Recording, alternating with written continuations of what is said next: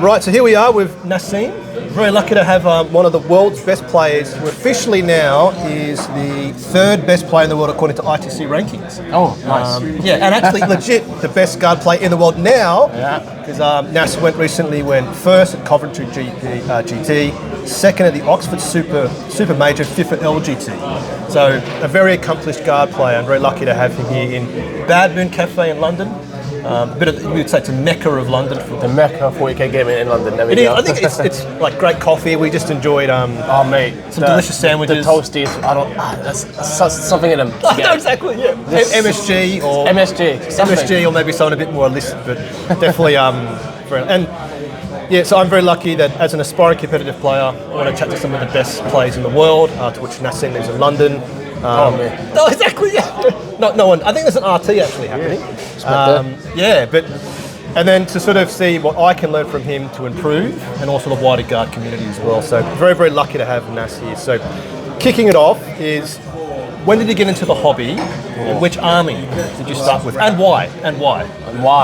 So it's quite funny, right? If I go back to the very, very, very, very, very beginning, it was like after school on like a Putney. After school in Putney, going down with a few mates, and there was like a Warhammer store. And then I bought 2 boxes.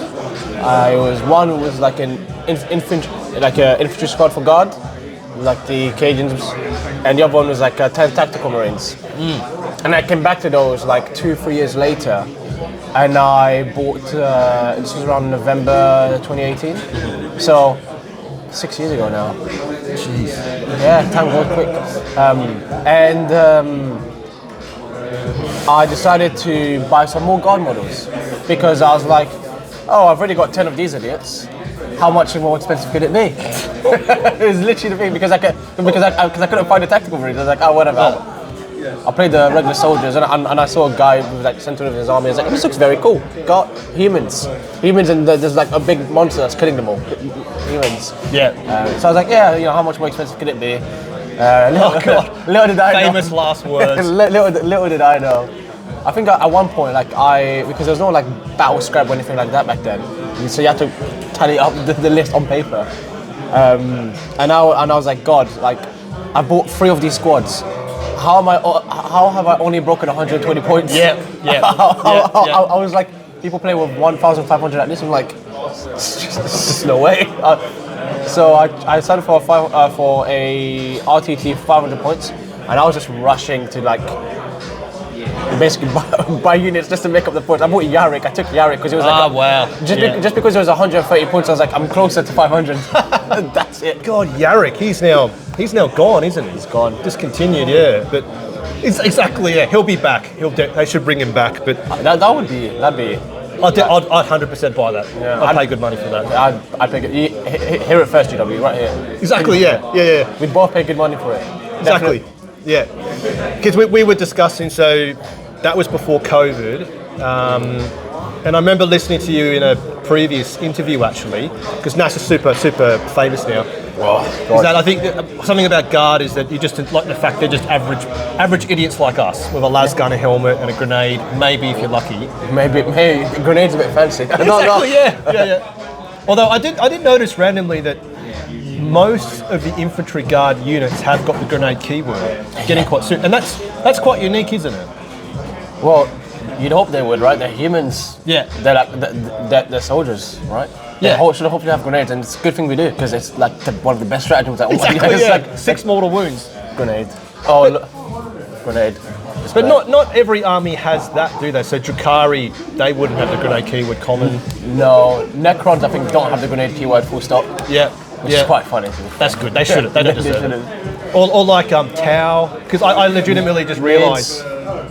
Nids don't have it either. Nids don't. Oh, of course, they don't deserve it. They don't deserve it. And not all Space Marine units do either. Not all Space Marine. I think a lot of the infantry. Oh yeah. A lot of the infantry. But I think like Borgren have grenades, and it's really funny because people ask, "What do you mean they've got grenades?" I'm like, "Dude, it's literally on their belt." Yeah, exactly. It's literally they're like the thought of a pineapple. Yeah. It's like there's literally on their belt, and there's 2 of them. They've got grenades. Yeah, exactly. Yeah. But fun fact: Ursula Creed does not have the grenade keyword. Yes, neither does Lord Solo, I think. Yeah, never does, but Lord Solo is usually attached, yeah, so his it's okay, unit isn't. But Creed never has a grenade keyword. She's too good for that. She's just like, what's a grenade? I don't want that to potentially explode and kill me. Exactly. Yeah, exactly. Right. So then, do you play any other game systems? Kill team, chess, even. So I used to play a bit of chess back when I was younger.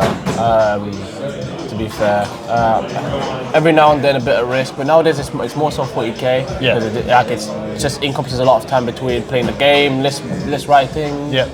And all of those different elements. So not as much anymore, I would say, but definitely back in the day it was definitely more chess and some more strategy orientated games. Were always fun. Like I really like Crusader Kings 2 when I was playing that. Okay. Hearts of Iron. Yeah. Like just those form of games really, which is quite strategic. Yeah, because I ask it because I'm trying to understand what makes someone good at 40k, and if they've got a good strategic background. And we also explored before we started filming. It's like maybe some people who work in certain professions, maybe data or I don't know, an analyst or a programmer. Do you think there's anything in there like just like a certain type of brain makeup? That's a bit deep, but you know. Yeah. So I would like to say probably not. Okay. Because if you're too data focused and you're too ingrained on the data and what should happen, you need to remember it's still a game of it's a game of chance, and you're basically, because it's a dice game at the end of the day, and your whole plan when you're playing this game of chance is to mitigate the bad results. Like if you're hitting on 4s, you want to have some form of rerolls or hit better, like with guards, like only hit on 4s. What you want really is you want to be a bit, like you've got the order for +1 ballista skill, so you hit slightly better. You're doing all of those to mitigate it. So I don't think specifically being more data focused or having a more technical background. Like I don't have a technical background at all. I work in sales, dude. Okay. Yeah. Oh, good. Yeah. So, like, and I like to think I'm okay at this game. So I don't have a technical background. So I don't think there's like a specific brain makeup. I think it's maybe the way you process. No, it's tough actually. I'm like I mean, if there was an answer, you'd be a millionaire. Yeah. I'd be quite rich. Yeah. But unfortunately, I am not quite rich. Not yet. Not yet. Because that's something I try to think of is that maybe some people just have a natural affinity. Maybe they do, but then obviously there's always talent, right? Yeah. But I don't think it's talent in your brain makeup. I think it's talent in fact you see the game in the way it plays a certain way. Like when I play the game, I'll just get a feeling it's like doing this and this here is better than doing this and this. And if I put my units here, it's very annoying for them to deal with, and they have to send something to deal with it. And it's like and I'll just subconsciously think that I'm not actively I'm going to move this here. So this is it. I'm just like I'm going to go here. That makes it really annoying for you. Yeah, because I think the decision-making ability, being able, and again, like chess, is you got to spot all the potential movements your opponent can make. But 40k is obviously exponentially more complex than that. But that's part of the skill. And then again, we were joking before we started filming that Nas, would you believe, when he started, wasn't going 3-0 at Dude, RTs. I sucked. I was like, oh, I think over here we're like one of my first RTTs. So I went one in Covent Garden. I didn't run that one 2-1. That's probably that was my best result when I first started. Yeah. And then over here went 0-3. Then I went 1-4. Then 2-3. Yeah. Like I got the BCP record. I was not good at Warhammer. Shit. But then at one point you became good at 40k. Can you remember or identify a key thing you did different to allow that? The hyperbolic time chamber that is TTS during COVID lockdown for a uni student that was where there was no work happening. Okay, I just had nothing to do apart from play games. I was like, you know what, this TTS thing is not too bad. Oh yeah, I can play more Warhammer at home. That for like during the period of the lockdown. And I've started playing TTS loads more now. So besides just playing the game in general, did you ever get to the point where you're breaking down the game? Like I started practicing deployment, just literally by myself. Have you ever taken it that route? Been quite? Sometimes, like I don't remember practicing specifically stuff like just deployments. Like usually, because I write my own lists. What helps is that I know I know how my list wants to play, or at least in theory how I've designed it for it to play. Yeah. So like I'll usually just rock up to a table and I'll be like, okay, I need to put this here, and I need to put this here, and I need to put this here, so that there's a spot for this one, and if I move this unit into the middle, I've got 3 tanks lined up to shoot down if they try to shoot me back down. Got it. So I just look at the table, which I guess is more helpful if you write your own list. If you're taking down someone else's list, you probably want to practice like deployments because you don't know how the list is supposed to work, right? It's like, oh, it shoots you. If you deploy badly, then people can mitigate you shooting them. Really. Yes. So I don't think I've practiced it to that extent. Okay. It's more, I know what I should do with my list, how I want it to play. It's on the table, dude. Yeah, So- got it. Because I think the reason why I say deployment is that obviously deployment really indicates how the game can go. Yep. And Guard are deceptively fast as an army, but if you fuck up deployment, they're actually very slow. So obviously, like, to get a misplaced tank commander from the right to the left is impossible. But and we were discussing again, like, you know, the gentle sort of statement that overall Guard players, according to the stats, aren't good players. And I include myself in that, honestly. And it takes players like David and Nassim. It's okay. I'll get there. We got you. There's hope. But dude, I think it's, you know, and to make us all feel better, is Guard actually a high skill army? No. Really? No. Okay. Not high skill army. Take. Well, there's. So yes and no. I'll take that back. Yes and no. I think currently in the meta game of how everything has shaped out, all armies require a certain skill set and to be actually very good at them. I think Guard has has a higher floor compared to others because it's I guess a bit more forgiving in the fact that you get a lot of units. You still have very tough units like Borgren, but you have decent shooting. You've got I think with the addition of the Aquilions is what made it rise up. I think if you just scrap out the Aquilion data sheet, it's probably just as good as the other armies. Got it. It's just having that ability to now, because beforehand what you'd find is Guard would get almost screened out the board with their deep strikes, couldn't really score as many secondaries, but now you can do so with the Aquilions, so you naturally score more points. So there's just a higher floor of it. I'd say there is an element of skill to play in the army. Yeah. To play in it like very, very well. But it's also got, I'd say, a higher floor compared to some of the other armies out there. Yeah, because I've been playing my friend Alex, who plays Thousand Suns, and I think they're very hard to navigate well, Thousand Suns, because he has no trash. He just has big blobs of dudes who actually aren't that tough. But no, I agree. And I think, and again, another thing to explore with us Guard players is that maybe a lot of us are legacy players. We've just got loads of trash units. That's like me. Yeah. Like you've got, and I'm going to play a game with you later where I say, basically assess how good a unit is. And say, for example, Servitors. There's an example of absolute dog shit. You know what you mean, mate? They're great. Exactly. Yeah. Hit on 5s if they don't move. Value. But maybe that's some of it. It's just that a lot of us have got legacy units, and they don't want to go and buy like 12 Bulgrim now. Maybe. But you know, Those are great models. They're right there. Yeah, and they're cheap here. They're like, I think 20% off. But right. So then, Cafe. There you go. yeah, come here. It's great. But then, so you said during COVID, you just spent loads of time.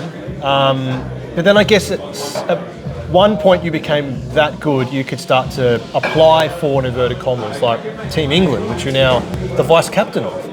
Is it, you know, again, and what allowed you to step that up? Because you would have played loads of TTS during COVID, come out of COVID, started playing. But again, I'm going to really try and drill this point is, did you start like a YouTube channels more, listening to other competitive players? Did you get a coach? Did you have new friends who are better at 40k? Like, was there anything else you can identify? So there's definitely no coaching. Okay. Because I couldn't afford that. Yeah, because cool. I was still a student. I was So one thing was definitely a lot of reps. And I think surrounding yourself with the right people, with the right mentality. Mm-hmm. If you surround yourself with people that are just like, oh yeah, I'm just gonna have a laugh, whatever, then then that's fine. Like I've got mates who are a bit more casual gamers, got some a little bit more competitively minded, and you are always a byproduct of like the 5 people you spend the most time with. Yes. So I just decided to ask, I'm going to spend time with other players that are just as good, or maybe slightly better than me, slightly worse than me, and just improve slowly but surely. Play in a good pool of people that have the right attitude to play in the game, in the way of just the way they play, and just Yeah, I mean, just the overall attitude, just playing these people with the right attitude and just a lot of reps. Yeah. And then because usually what you find is like, it's not like, oh, I've gone from 1-4, oh, I'm like a 4-1 player now. It doesn't work like that. It's incremental. Yes. It's very incremental and it's a slog. And I say playing at a high level, most of it's just mentality. Honestly. Okay. It's like 85-90% mentality. I was having this conversation with somebody else actually before. A lot of it is just mentality and just the way you approach the game. Because if you go into, you need to always try and see a potential way to win the game or a way to improve, and just taking dice straight out of the equation. It's like, okay, yes, dice were not great in this circumstance. However, what did I do to put myself into that circumstance, and then what did I do afterwards to pull myself out of that circumstance, so that the game wasn't like that? Because some people was like, he shot my Borgen unit with his 2 tank commanders, and I lost my Borgen unit, so that was unlucky. I was like, why did you put yourself in a circumstance to have a Borgen shot? Yeah.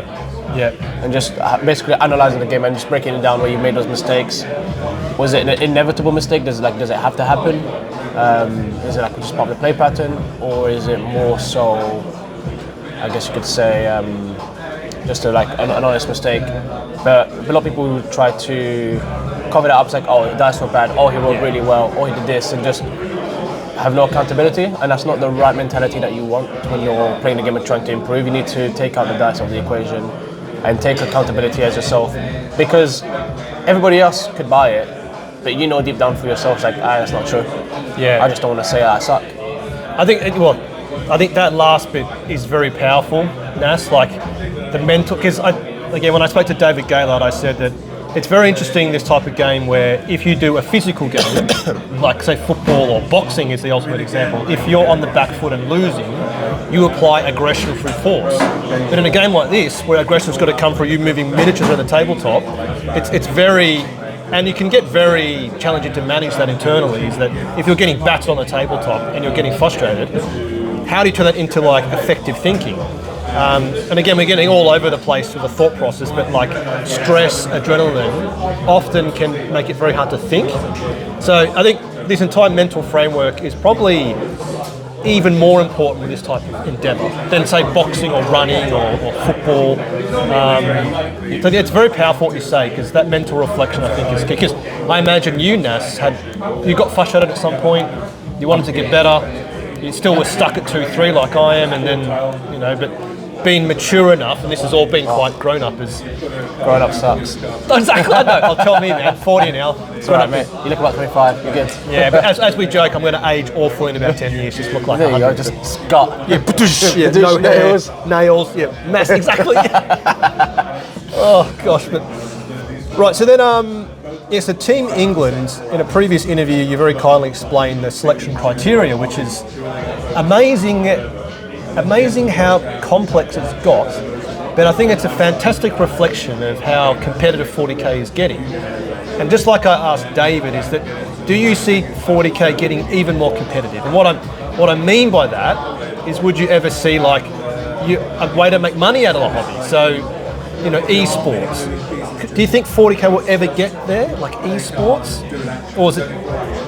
I think so. I mean, there's already strides in massive ways of doing it currently in the US with, I think of some of the pro tabletop guys and like Art of War to try to push it like in the National Tabletop League in the US.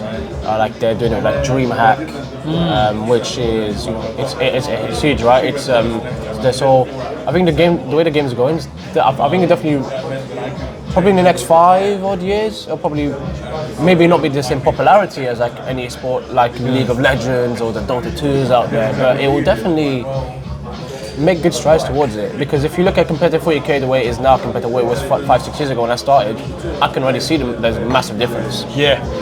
Imagine how it's going to be in the next 5-6 years. Yeah, and again, you've been through the journey, but the game feels really good at the moment. Oh, so much, just so much better. I think the best times the game were like end of 8th for a little bit, like the end of 8th.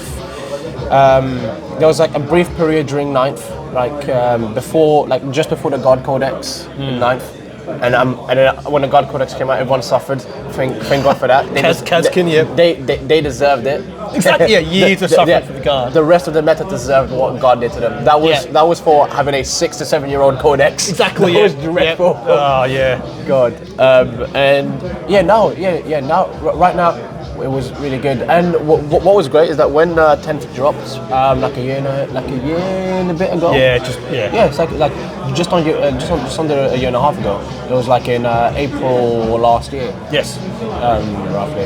Well, it hasn't been that long. No, it's been probably 18 months. Yeah. And look how consistent the FAQs are coming out from GW themselves. Yes. Look how many changes are coming out. Yeah. Consistently with aims to active aim to balance the game. And you've got great personalities like Josh Roberts. Because he works for Games Workshop. He's part of the design team. So you have somebody who's played competitive Warhammer 40k for like 10, 15 years plus. Oh wow. He's now on the design team, GW, and now the game's steadily getting better and better. Yeah, because you had the pleasure of playing and beating Josh, which was fantastic on live stream. But that's amazing that it only clicked that he works for GW and he plays super competitive. He's a very, very strong player. So but I think something else which is interesting with 40k is that if we're playing football, it's not like when you play football with your friends after work, you can then suddenly run into like the best Premier League players. But at the moment, the way 40k is that in the team tournament next weekend, my team could play Nass's team. So it'd be like Jeff's after-work football friends playing Manchester United in a football. So whoa! Let's don't insult me, Real Madrid. Okay, yeah. But I think, can you ever imagine it gets to that where there's like leagues? So you go to the team tournament 100%. And then us plebs play the pleb section, and the pros. I mean, if you think about it now, right? Like 18 months ago, like during 9th, there was like no team events really. It was just the singles. Yes. Then we're going to an event next weekend that was sold out in 5 hours. Oh, did it? Oh yeah. For like how many teams? Like how many teams is it? Like 72 I don't teams? know. I think that's a big Yeah, so 72 teams, right? 72 teams. 5 people each, isn't it? Yeah. It's 360 players in like 5 hours, and then people are gonna have coaches. Like we'll bring in a coach. Wow. Yeah, so maybe teams is the future then. For competitive. It's also much more fun to watch. Yes. Which is what you need it to be for it to become, I guess, more not mainstream, but like more of like an e-sport. Because most esports are not 1v1. It's a team. It's an identity. It's like an organization. Something that people can get behind. Yeah. Like you can have like star players. You can have like individuals with great personalities. But at the end of the day, in order to get to that level, like people, SKT Telecom, for example, League of Legends, great team, right? Everyone knows Faker. He's a great player. However, they support the team. It's a team setup. Yes. And I think with how 40k is currently going, and like WTC getting bigger and bigger every year, like singles will always have a place, and it's good fun, and it's still challenging in its own right. Yes. You still meet good players. We're playing teams. It's like, all right, this is the London Brawlers, or this is like Bad Moon. This is Bad Moon playing against this team from the US, and like was like in the semi-finals of the World Team Championship Series for like people can get behind that. It's like, okay, let's watch that game. That's a really good point. And then also I'm just thinking purely from like a streaming point of view is sometimes you've got multiple tables. Yeah, because if someone gets battered, you can go to the other table. In singles, if like, well, he just like bummed him. Well, I guess the game's done. It's like, okay. But over he's like, all right, he's absolutely smashed his opponent. Oh, but the other team, his player's neck smashed. So it's back to neck and neck, and it's like, oh my god, what's going on? I think it's just more exciting, right? Yeah. Because naturally in singles games, it could be a moment where someone takes 5 minutes to think, and it's just 5 minutes of just sitting there, just watching two guys stare at each other. You're like, So, I think that's a really good point. Teams probably is the definite future. And again, before we started filming, we're speaking about the selection criteria for the team, for Team GB. Team England. Oh gosh. Not GB. How dare you? Yeah, as an Australian, I hopefully you can forgive me, but then do you blokes have like a training structure?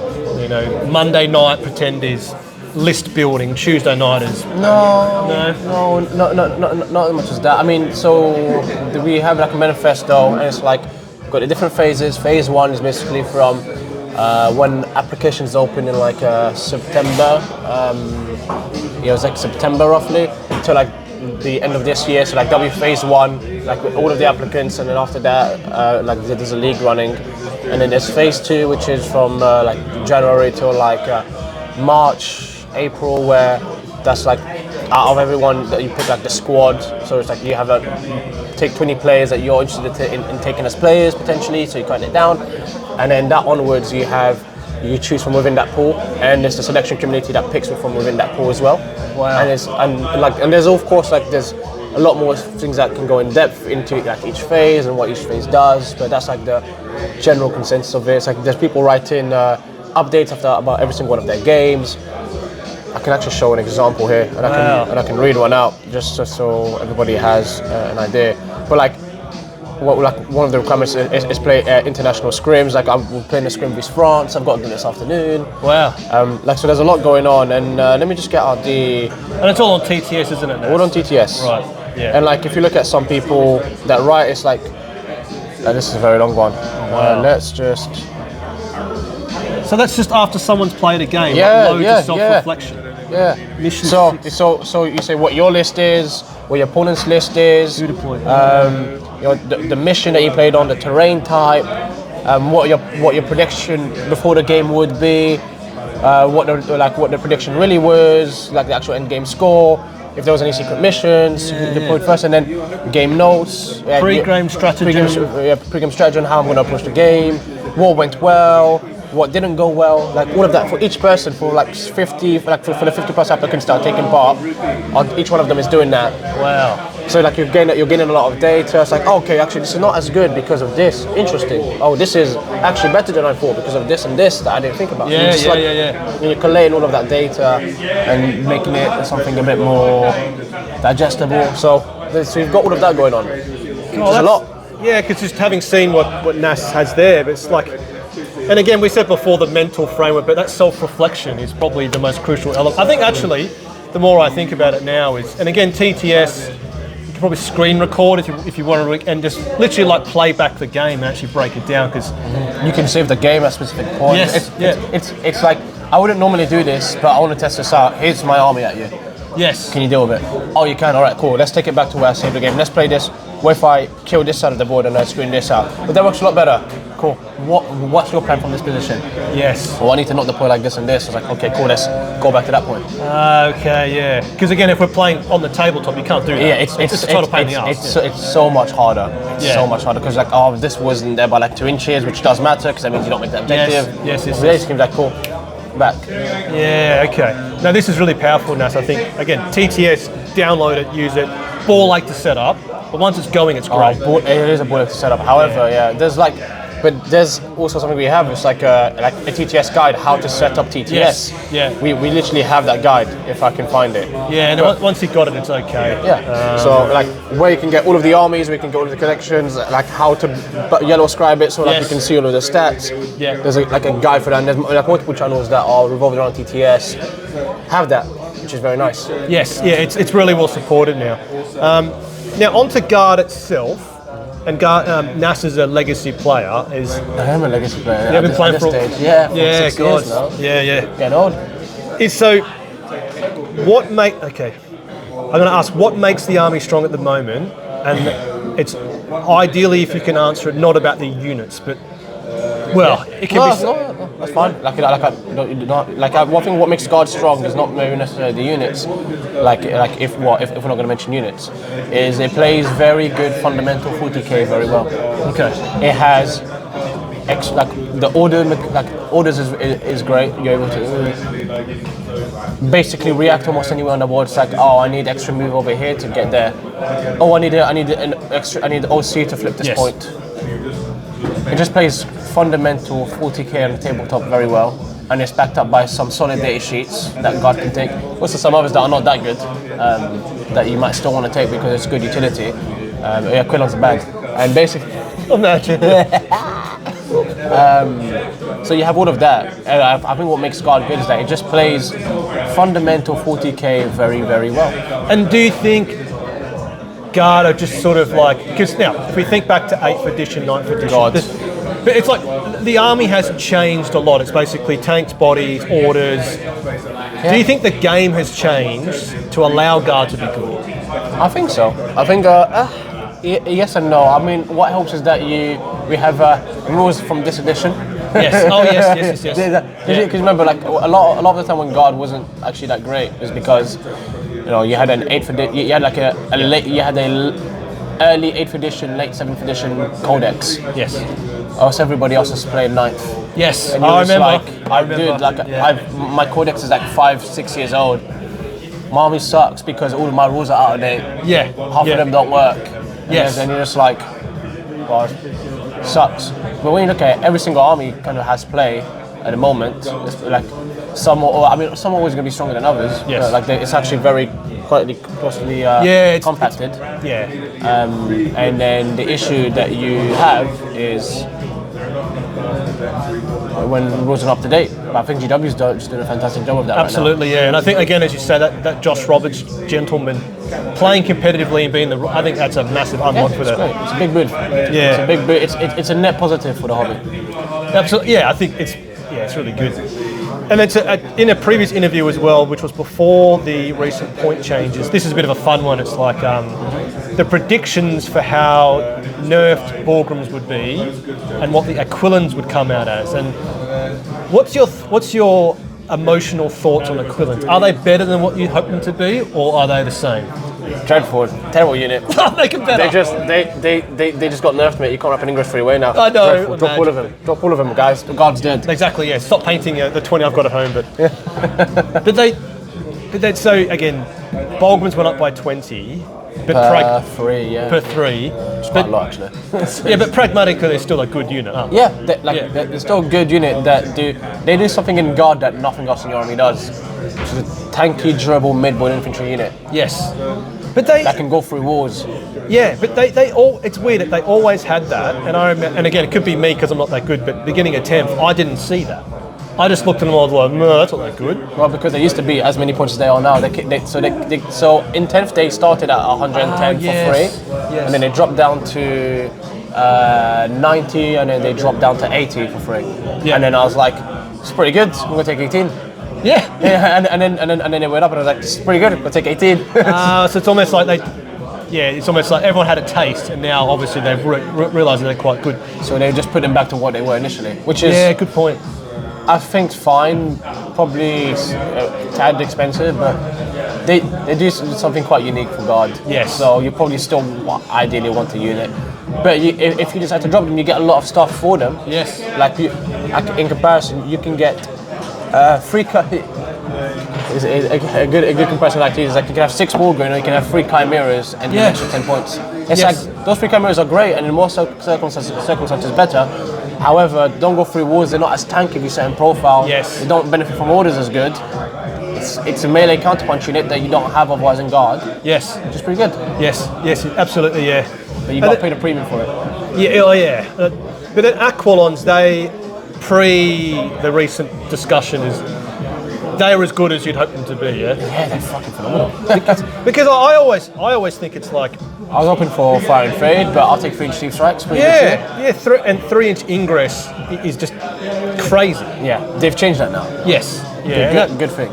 That was stupid. Though I honestly didn't come up as much as people thought it would come up. I think, and I joked with Nas before we started filming, is I've lost nothing with that change because I couldn't use it properly. I would 3-inch ingress and be like, da-da, and I'm like, what did I do that for? I'm like, it looks good, but I think it won't impact us normal, but maybe the hyper competitors, and you maybe lost a bit of a tool there, but... Yeah, no, 100%, like you lost a bit of a tool, but so has every other Guard player that you're playing against now. Yes, and again, we joke is that, next weekend there's probably going to be multiple Guard armies. Yeah. Like everyone will have a Guard army. I had to play the mirror 3 times last week. Did 5 you? runs, yeah. 3 times? Yeah, because I just played because nobody else wanted to play it, and I was like, cool, I'll play the mirror.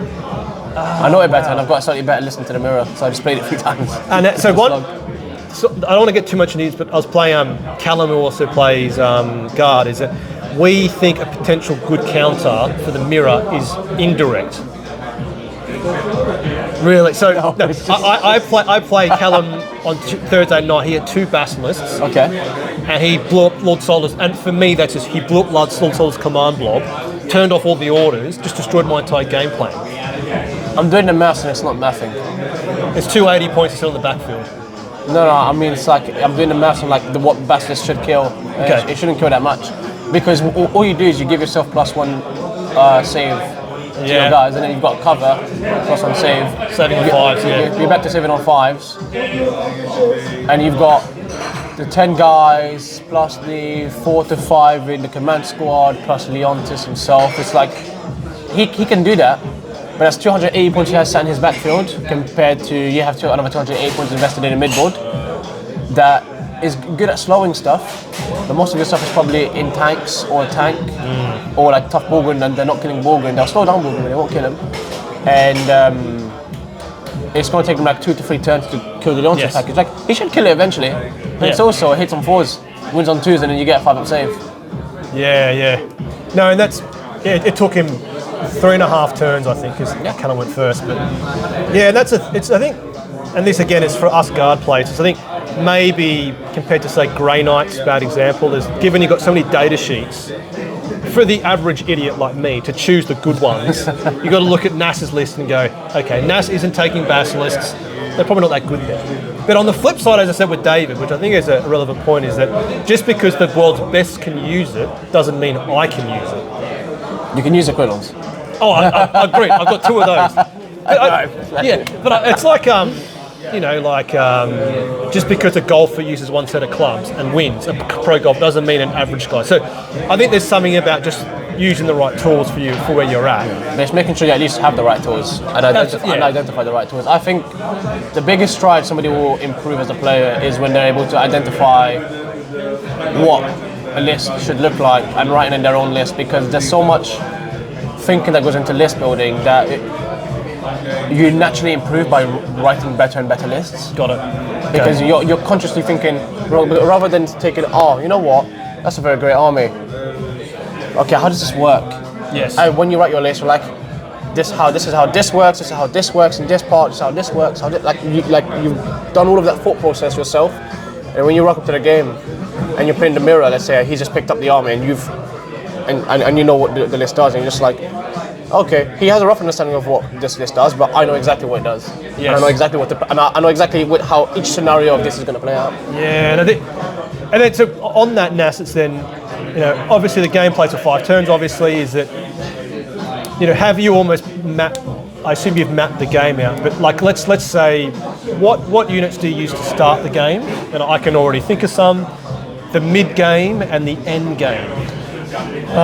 Start the game. I mean, you always like to start your game quite early on with like a unit or 2 of Catachans or like a Chimera, or even a Hellhound, just to get like something to set the pace, force someone out. A good example is when I played these Josh Roberts. Yes. I was like, I can have my entire army, pretty much, and I am going to have this one Hellhound be in an annoying-ish position for him to shoot. Not impossible, annoying-ish, where if he shoots me, I can shoot him next turn off of the objectives, and I'm just going to use that to get the game going because I don't need it. Got it. Comes out, doesn't kill it for 2 turns. I pick up 2 predators, like one turn 1 and another one turn 2. I just pick them up, and I'm like, okay, that's started the game for me. Otherwise, if I expose nothing, he doesn't have to come out of anything. Yes. Sometimes you gotta give some bait, and that's either a Hellhound, a Chimera, 3 Borgund, or some Catachans. Yeah. And that'll be my mid game. Sorry, my early game. Then my mid game is gonna be more so. All right, I'm coming out. It's now like turn 3. There's no more deep strikes. The Leontis package moves forward. Yeah. Stages like turn 3. And then the Borgund are usually out by this point, like in the middle, like they flip the point, they've charged something, finished off something or killed something in combat.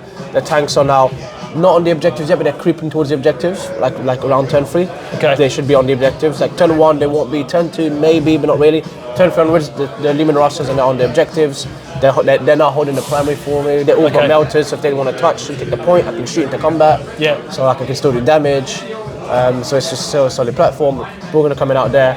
Then you've grinded your opponent down a bit, and then Then turn 4, you can come out with your Leontis package, and you can spread across 2 to 3 objectives. Wow. Flip the points, because it's a lot of OC, because you've got the banner, which brings your regular guys to OC3, and then you've got the order, so you can be OC4 per model. It's just wild, isn't it? It's wild. It's a lot. Like it's just wild, right? Like tanks are OC3. Yeah. You have a little idiot that's OC4. It's like my objective, dude. Yeah. Get gone. Yeah. Some little guy again with a bayonet and a grenade, maybe. Just He's like OC4. 40 Emperor, mate. Exactly, yeah. Yeah, stick up your power armor, but... But yeah, that would be how I was like... My late game is more with the Leontis package, moving up, flipping points, especially if you've got Cajans, because then you stick in your backfield, they move up. It takes a lot to kill that unit. It's not like very easy. It's like there's 15 models by the mid to end game where you've killed a lot of stuff and you've still got tanks. So your opponent is like, do I shoot the Leontis package? It's going to take me like 2 to 3 units, 4 units to maybe kill them, and even then Leontis might still live. Or do I start shooting the tanks? Or if I ignore the Leontis package, like it's going to stick to those objectives and keep running at me, then screen me out, charge, just create problems upon problems upon problems. Yeah, and I think it's amazing to hear Nas talk through his, because, and again I said it, is that like 40k is a simple game. It is a simple It really game. is a simple game. once you know units and dice and stuff, but actually, as I joked with Nas, is no plan survives contact with the enemy. We're playing board games With the enemy. but just to hear Nas, who's a very, very talented player, break it down so simply is quite refreshing, I think. And I think something I'm learning is that you want to basically, particularly with Guard, you want to overwhelm your opponent with options, because forcing decision points is really key. And some people will make the wrong decision and they'll make a mistake, and then you push their shit in a bit more. Yeah. You just sort of step on the neck a bit more. Exactly, just like make sure there's no air going in. Exactly, as it slowly fade out. Exactly. Pass out. Now, another interesting one is then so we discussed Aquilions, but with the other points changes on Sentinels, field ordnance batteries and mortars. Now, what do you think GW are trying to achieve there? It's trying to get people to buy those units. No, that legitimately, because I think Sentinels makes sense because when they were more expensive than Catachans, it doesn't really make sense. And the issue of Sentinels is that only half of their rule works, because you have to remember they were taken when you had Indirect, right? Because it lets you ignore the penalty, and you can still take like field battery, not field batteries, but like the carriages. Yes. In theory, but they're quite expensive. They don't do that much damage. They've lost lethals. Yes. Bit naff. So I think they're trying to bring them down in cost to make it a little bit up for the fact they've lost half their role. And even then, the discussion tool is good for 55 points. I don't think it should go any lower, but you probably might not even see it taken too much because there's like slightly better options, but also like its rule isn't that helpful. Yeah. It's just a solid data sheet for 55 points, but it's like you're just taking it just for the data sheet. It doesn't have any rules where you can take 10 Catachans. You can find a few more you can find 15 points more, take a Chimera, take an infantry squad that have like rules that are able to impact and help the game. Over here you're taking something that can scout, move and go a bit further, give you real ones to hit on like the tank commanders or Rogal Dorns. And I don't take those units myself. I only have one tank commander. Apart from that, I've got Scions that can reroll by themselves, Luminous battle tanks that can reroll by themselves. I've only got 2 things that would benefit from a Sentinel, and then they can just kill it, and then I've lost reroll 1, just like I invested in that. It's not actually that tough to kill. Yeah. It's still alright. Like it's solid for the price point. It just doesn't really mesh well with how lists are written nowadays. Yeah. Well, I think because in a previous interview you spoke about this exact unit, and I think the key thing for you is that you don't need it. That's the key point. Is you've got rerolls from the Sentinels, you've got rerolls on the tank commanders, tank command, and then the Leman Russ battle tank. So yeah, it's a good point. But then like field ordnance batteries, anything there? Do you think? I get the impression not. No. See, to be fair, I tested them before they went down in points. They're all right. It's just nothing crazy. It's just take up a lot of space. Yes. So much space. Like, no, legit. Yeah. Yes, like they're huge. They're like dinner plates. Yeah, they're huge. I've got 2 at home. I'm just like, when these are eventually good, hopefully when the God Codex comes out, I might be able to. Because they look amazing. Yeah, they look great. Amazing, they're gorgeous. Yeah. A lot of the new God stuff is absolutely gorgeous. It's just dreadful. Yeah, it's a footprint. It's a massive footprint, it's 2 of the massive footprints, so you can hide less stuff, They're not that tanky. The eat in order is just like, like, what's going on here? No, because they feel too big for the amount of points they are. Like, there should be a smaller base, but It's just huge. So much. You just need so much space. yeah. So much space. Now on unit specifically, this is one for Jeff actually. Is it Jeff. Rogal Dorn? For fuck's sake. Now, why do you say that? No, Nats? no. Tell me. Because hate it. every time you look at some winning lists, there are Dorns. Not you, Nas, not you or David, but Oh my god. No, Dave has a Dawn. It pisses me off. They're so shit. what makes it SHIT? Okay, what makes it bad? I won't curse. What makes it bad? Think about it this way, right? Would you rather have a Rogal Dorn or 2 Hellhounds and another 10 point spare? What would you rather have? Now, this probably is an immaturity thing for me. Is that I like it because it can just delete something.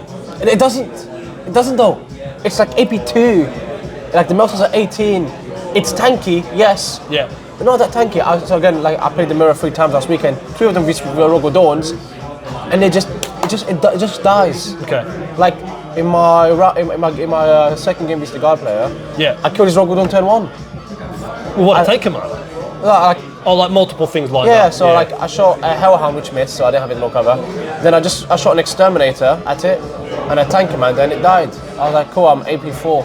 Yeah, got it, AP4, yeah. AP5. I'm like, Yeah. alright, it's dead now, I guess. Oh, Nas. I'll have to rethink my list. I'll have a spare 20 points though. 10 points, whatever it is. 235 versus Yeah. 220. Yeah. Yeah.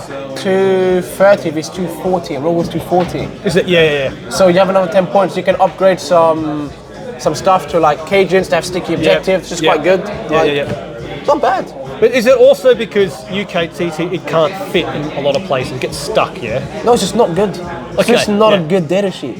It's okay. I take it. It's a tanky data sheet. Yeah. It's so unreliable with damage. I've literally had them shoot me, and I'm just like, okay. So because you have the Rogal Dorn, you probably don't have any Hellhound because that eats up your Hellhound points. So you don't have no cover. So you have extra AP, so you can be AP3. Okay, so I get a 4+ save with my tanks, and you have to spend extra AP. I'm like, Okay. I guess that's fine. Yeah. If you don't spend extra AP, I've got a 3+ save. I'm like, all right. Whilst you can take a Hellhound for that price. Yeah. And if you find another 40 points, you can have an Exterminator. Yes. You've just buffed the rest of your army. The Rogal Dorn's good standalone. It doesn't get buffed by the rest of the army. Once those 2 other elements, like a Hellhound and an Exterminator, or like 2 Hellhounds or whichever one, interacts with the rest of the army, it activates the rest of your army. Yes. In better ways. Okay. Because now that the Land Raider that has cover is not taking 3+ saves against all of your tank commanders. Yeah. But it's now taking like 5 up, 6 ups. Yeah. No, that's again. Which is huge. Yeah, and again, as I say, it's like if Nas and David aren't taking it, there's something there. Yeah, there's definitely something there. So this is free coaching for Jeff, which I'm really enjoying actually. Yeah, exactly. Value. Yeah. Value out of it. Now, other one is then, are there any units which you think are sleeper units in Guard? Actually, yeah. Surprisingly enough, people are not taking Kasrkin anymore. I don't think they're that bad. Yeah, because when you compare the price point, right? Beforehand, like free unit Kasrkin was like 30 points more than a unit of Borgren because it was like 80 for free. They're both at the same price now. Yeah. So if serious price was like you can have 6 Borgren or you can have 20 Kasrkin that play the middle very well. They've got the OC that can take the extra order. They've got the Mathammer, they've got the grenade. It's like actually not too bad. Yeah. Not too shabby. Yeah. Not too shabby at all.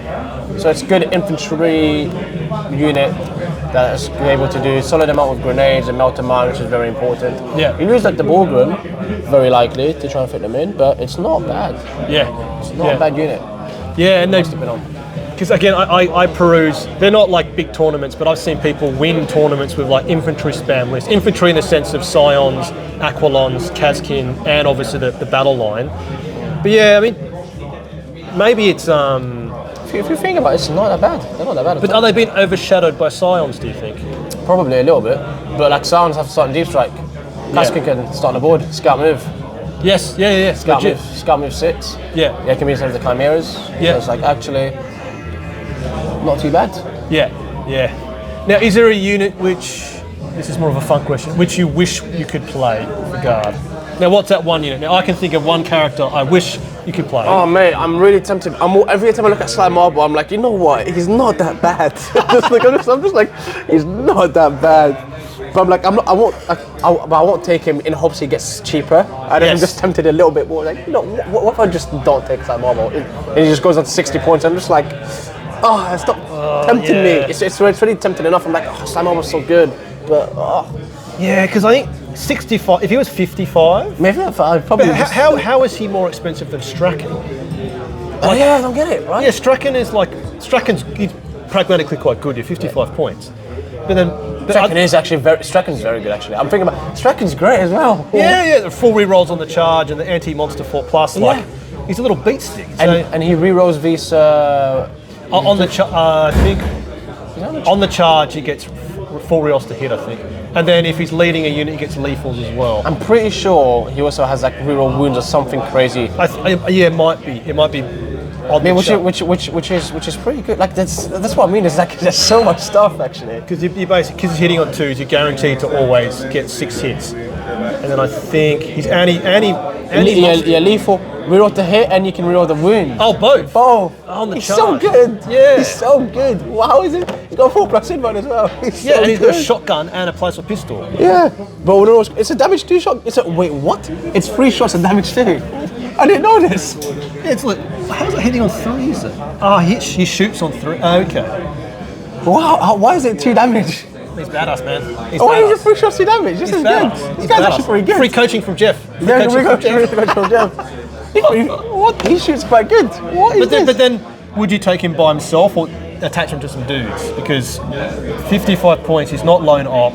No, you probably see the issue I have is that you can take him, but then I would rather have 10 more cat chance. Yeah, absolutely, yeah. He's quite good. He's actually very good. Yeah. And I've got the model. It's awesome as well. Like it's awesome. I've got like model. all of the unique characters for God. I have Yarick, I had Creed, I've got more. It's great. Yeah. I've even got like some of the Vestroin models, like the metal ones. Oh, the old school. Yeah. They look amazing. With their bearskin outfits and that. He is very good in comp. Dude, he's actually pretty good. But then it's so.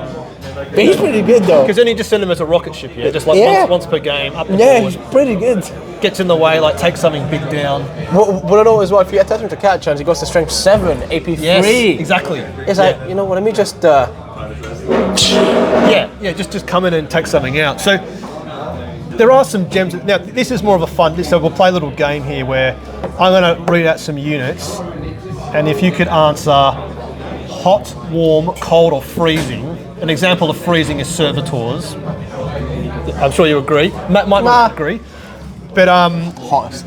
Oh really? No, stop it. Right, so units. Armoured Sentinel. Pretty damn hot. Hot. Pretty damn hot. Okay. Rough Riders. Pretty... warm or hot? Warm, I say warm.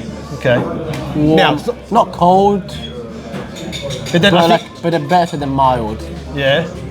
Now, I find them impossible to navigate. I don't know how to make them, because they don't have infantry. They're made of tissue paper. They're a good data sheet. That's it. But like they hit this, like you can have a 10-man being rapid ingress. Yeah. And be like, I'm going to rapid ingress as 10-man. I'm going to move it 15 inches. Yes. And then I'm going to charge something. It's only 120 points. I'll kill that vehicle and I'll trade up. Yeah. I'll hit on 3s and then I'll win you on 4s at strength 9, AP 4, D6 with lance. So 3s into 4s. Like if 3 go through, that's 3d6. I'll probably kill the tank. Yeah. Or realistically 4 should go through, so you kill the tank. So this is probably more like warm hot then. Rough Riders. Yeah, it's warm. Yeah. It's pretty now warm. Related to them is the Death Call Rider Squadron. Absolute fucking. Oh, sorry, pardon my French. Absolute fucking dreadful. Really? No, get them away from me. That reactive beam is not good. And so the one combo I've seen, which is a big investment, is you take 10, attach the boss man for infiltrate, and you can literally screen the entire board early game. But it's a pretty one-dimensional move, and if you go second, they die. They're not that tanky. I remember when they used to be 3 wounds, 5 full pain. They were great then, and because they were 10 10 points per model or 15 Something points. like that, Yeah, no, I think they were 15 points per model, and they had a 5 fill up in at toughness 4 with a 4 plus save. So you're just like, wait a second, I can have what was like 45 of these horses because the command squad as well, and it's like for 500, 600 points, it was a 5 plus fill up in, and I started lots of guns behind you. That's pretty good. Yeah. That was when we were like scraping the barrel because everything else is bad in guard. Exactly, yeah. But they're firmly going to be like a frozen one, cold. Pretty damn cold. I'm not a huge fan, No, personally. I could be wrong. No, unrelated to them is the Death Corps Infantry Squad. They're pretty good. Not like hot, but like they're warm. They're warm, yeah. They're good. All of the battle line, I think, is quite warm. Apart from the actual infantry squad. Yeah? Because you don't need like you take them for the mortar, which you get in the command squad. Yes. And like cover, like their ability if they're on an objective to get cover, but it's very easy to get cover in this edition. Yes. So not that helpful. No, I'd rather find 5 points to take the death, or which are better. Yeah. Or save 5 points to take cat chance. That scout move 6. Yes. Yeah. Okay, Colonel Strachan. We just discussed Colonel Strachan, but he probably hot, dude. He's hot. Have you not seen his abs? Yes, I can't know. Yeah, the robotic abs. No, they're real abs. Real abs and and then look at those. Those muscles on the side. That boy's been doing crunches all day. Exactly. He's been too busy slaughtering monsters. Exactly. Yeah. Ursula Cree. I'm not a huge fan of her. Mainly, so not like freezing cold. She's not freezing cold. She's one above that, so she's just like a bit cold. Yeah. And the thinking for that is when you could make extra AP cost 0, that was pretty good because that saved you 2 CP a turn. Over here, this will save you like you don't always need the extra AP regardless. She's with some armies, she doesn't really do anything almost. Okay. Because like demons, for example. Or Harlequins, or there's some other armies that just have loads of inruns. Like you have enough AP stacking where taking her to reduce the cost by 1 is for 55 points. Like I'd rather pay the extra CP and have like another unit that can do something useful. Yeah. So she's still alright, but she's just like she was better with Indirect before because she could order 2 indirect pieces, like the 2 like carriages. And then she can she was able to proc the extra AP for you for free. So all of your indirect had like extra AP, and you were 2 CP up a turn. Yeah. So it was pretty good back then. But she's lost a lot of her utility. Okay. Now, I think. Okay. No, fair enough. And Tech Priest Engine Seer. If you take a Baneblade, hot. If you don't, frozen. Just fish food, frozen fish food in the market, mate. Yeah. Covent Garden Market, fish food. Yeah. Not even in the fry yet. No. But then, because I asked David the same question about the Baneblade, is there any way to make it work competitively? If you play on GW terrain where it's very open, Okay, but not UKTC. No. Because I would. I would.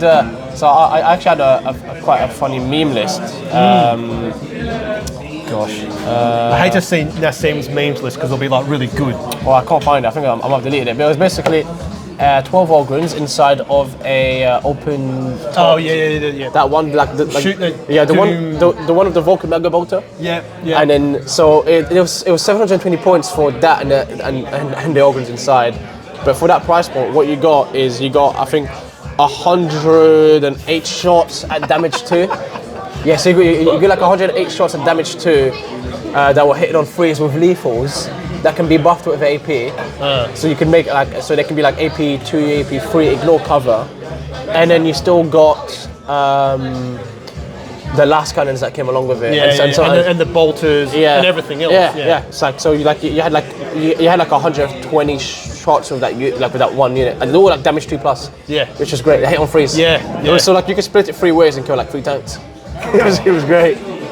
But that's not bad. No, absolutely, yes. But UKTC for us it's just trash because it can't move anywhere. No, it can't. Yeah. But on GW you can go some of the boards, and some of the boards like it's Titanic, so you can just touch and it just sees through, which is quite good. Okay. That's helpful. Okay, so a couple more. Eversaw Assassin. Pretty damn hot. He's quite good. Even at 120, 110? No, I mean just in general. It doesn't have to be in guard. Okay. Like in guard, probably don't take him because you can have 20 cat chance. I'm going to start making that comparison a lot. Actually, just that's how many is that? That's a catch and a half. I'll take that. Oh yeah, it's 120 is with 10 points spare. Yeah, with 10 points spare. Yeah, Vindicare Assassin, the sniper. He's so expensive. So expensive. I get he ignores low up, but what if he rolls a 1 and he misses? Yeah. It's like, you're like, down the drain, let's try again. Yeah, because 150, that feels like it's not way cheap. too much. Yeah, it's way too much. Yeah, because I think before it was like 90, which is okay. Yeah. Which was fun, but I think they wanted him to be like a super assassin that ignores loan up. Like the only thing in the game that pretty much ignores loan up now, right? Yeah. It's just so expensive. Yeah. It's just so expensive. Yeah. But not worth it. Now, last one for Astra Militarum is any flying Astra Militarum aircraft. There's one that's not bad for like 130 points. Thunder. There's one with the assault cannon, 6 shots at the front, whatever that's called. I think so. It was an Avenger Strike Fighter. That one. Yeah. It's because it's quite cheap. It's 130, and you get a toughness 9, free up, 14 wounds. Its ability is a bit naff, but that's not a problem. Just loads of shots though. Yeah, it's like so you get two heavy stubbers, 2 last cannons, and an Avenger bolt cannon for 130. You're like, it's not bad actually. I'm guns for 130 at all. It's not too shabby. Yeah. Okay. Well, that's good to know because, well, You've got 3. We're ready to go. I've got a Valkyrie which looks amazing. Valkyries are just trash. For now. For now. Hopefully they get better. Please give us a Tempestus detachment, please. Oh, that'd be. And then, do you think the book will be out? The codex will be it'll be for Christmas to drive sales. That'll be a good. I mean, I'll be at the forefront of that one. Yeah, I'll be pre-selling that bad boy. Probably we'll see. But right, so it's been an hour, and I've taken an hour of NASA's morning to talk, and also have breakfast. And we're very lucky that, again, I joked with David, is that in 40k you can actually talk to the world's best players. Unlike, say, football or boxing, they'll be like, piss off, Jeff. Who the hell are you? Jeff, who's Jeff? Yeah, who's this Jeff guy? But and another nice one for NAS is that I basically have the Patron Platoon roll call, and NAS will have an honorary Aquilion. Oh yeah, I forgot. Yes. So you'll be called out in the alongside Psycho Smith and Scion Gaylard. Scion will Gaylard. be yourself as Aquilon. Yes. So you're probably the better of the 3 actually. Exactly. I'm dropping 3 away, ready to clear your screens and score some points. Exactly. Yeah. So very lucky and thank you so much for the morning. I really appreciate talking to you. And I might see you across the tabletop one time. Yeah, next week. Oh, imagine. I'll kill myself. But right, so thanks all for watching. We'll see you next time.